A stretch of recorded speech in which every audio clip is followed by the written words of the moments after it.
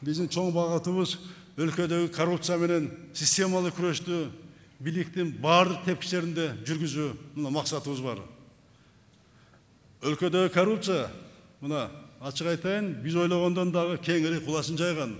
Мына фактылар чыгып атат, дагы чыгат фактылар, бет ачылат.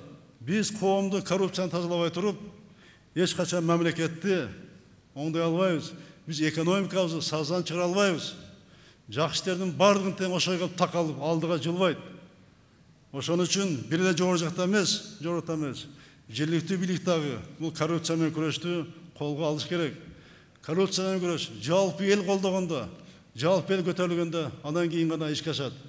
Эмне үчүн өнүккөн өлкөлөрдүн бардыгы тең коррупциясы аз өлкөлөр ушуга жетишкен. Үчүндөгөндө эл чогуу көтөрүлгөн. Коррупциянын бардыгы тең эл арасында жүрө албай калган. Ошо коррупция боюнча бузуулар, кылмыштардын бардыгы тең эл аркылуу көтөрүлүп, алар маалыматта жет укук органда чара көрө баштаганда коррупция токтогон. Мына көрдүңөр, жакында дагы мыйзамга кол койдум. Коррупциялык укук бузуулар жөнүндөгү билдирген жарандарды коргоо жөнүндө.